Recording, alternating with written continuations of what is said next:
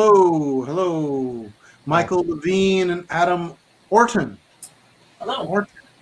Very nice to meet you, gents. How are you all today? Doing great. Good, good. Thanks you so much for coming out. I really appreciate your time. Um, Tell us a little bit about the aspirant. Is that the right way? Aspirant. Please give us a little background on that as well as yourselves. Go ahead, Michael. All right. Well, The Aspirant is a story of a young girl who falls in love with her elder, which is a spiritual leader slash therapist, and this is a forbidden relationship. This is, but there's something that happens that over a period of time is that elders hibernate, so they age very slowly. So even though he's many years older than her, eventually their age gap narrows, and at the same time, their society is thrown into upheaval, which threatens the very basis of the religious order he belongs to. So everything's up for grabs. And as far as my background goes, I'm best known as a composer for film and television.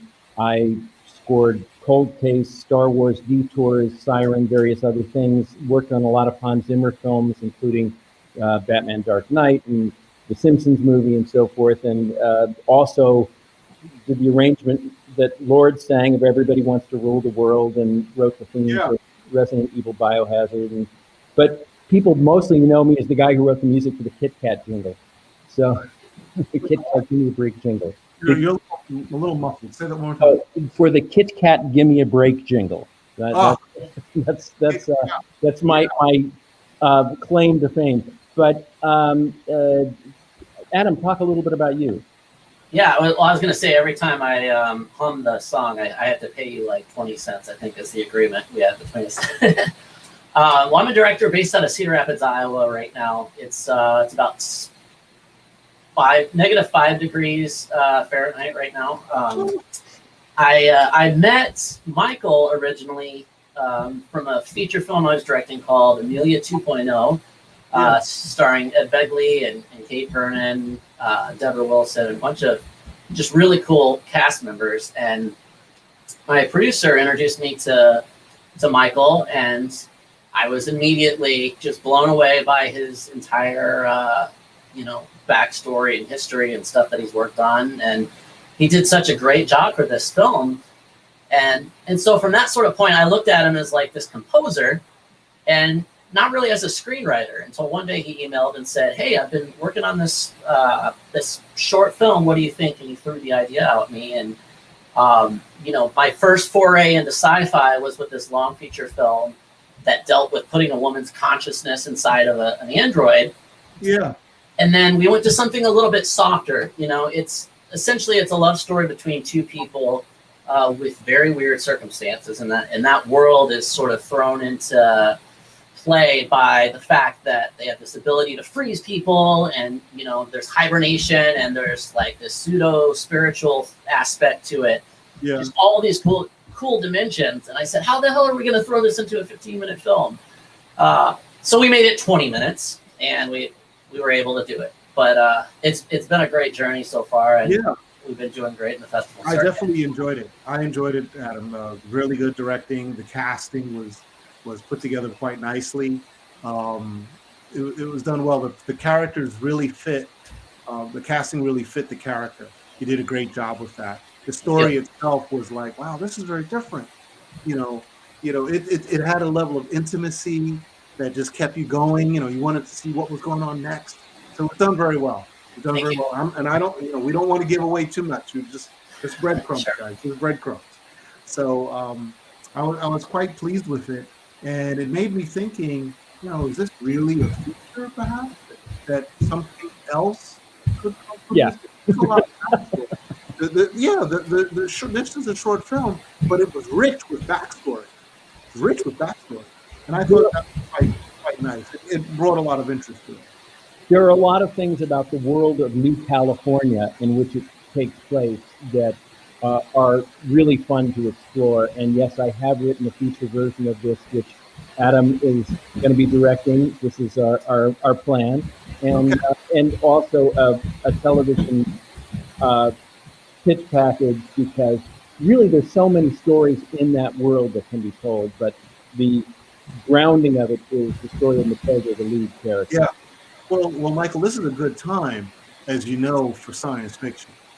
So anything that's serialized, the opportunity, it's an opportunity. There's a lot of content out there. Much of it is performing very well. So there's a demand to keep it going. And you have a film, it's a short, but I can see it easily being developed into a series that could work. I do. Is it okay if we share the trailer? You like to? Please. All right, one moment.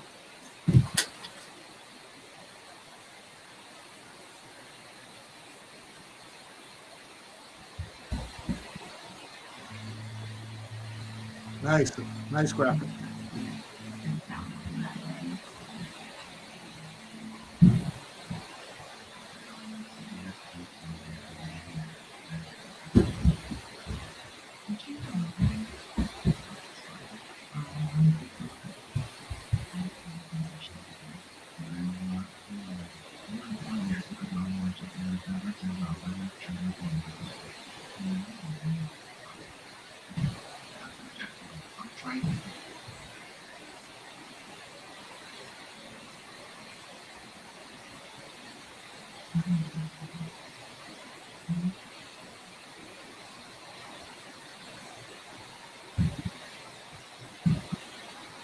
Oh, it's a romance. Yeah, we do have some sci-fi romance this year, and that is the theme of the festival. Your slogan is "Do you remember love?" If I'm That's not right. That's right. We do. Yeah. The famous Macross title, which we know as Robotech, and we've actually got quite a bit in store for you guys in this category. But yeah, sci-fi romance we think is good. This is a great time of the year. With all that's going around us, we need positivity. We need warmness. So it's good. It's you guys are doing a great job with that. So it's fair to say that going forward, your attempts are to have this developed into a feature or a series of some kind. Would you go the route as a web series? Would you go that route? I mean, you were the script that, because Levine's done two versions, sort of the feature film and the television version, and I looked at the television version and said, this could either go straight to television or be a really cool web series. So it's all about preparing for whatever avenues fit this film the best. Okay. We do have some distributors that, of course you have your own, I'm sure, being out west, but we do have some distributor folks that have planned to come to the festival. So make sure to look out for the emails when the film market opens up, and arrange if they're on site. It'll be an opportunity at the very least. Lovely. Yeah. Is there anything else you guys like to add? Well, I wanted to say that even though the credits in the film sort of sidestep a couple of the roles of things that were done, Adam Orton was actually crucial to this film. He directed it. He was the cinematographer. He was the editor, and he did all the VFX on his home computer. One of the things that I'm proud of in this film is it looks a lot more expensive than it was. It was shot in my living room in the conservancy behind our house, and even those who don't love the story, although they're never going to tell me that, are always praise Adam's efforts to the skies, and it's worth seeing just to see what he did. I must remember that you guys are, you're our alumni, okay?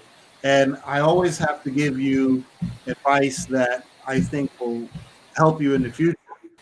So I will now start to label all things forward Ferengi acquisition.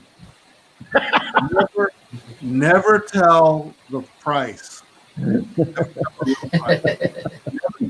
Oh, we didn't spend any money making this. They're not going to pay you any money for it. Cost a fortune. What can I tell you? That was all lies. You know? We'd have to look at our books to come up with that figure. We'll get back to you.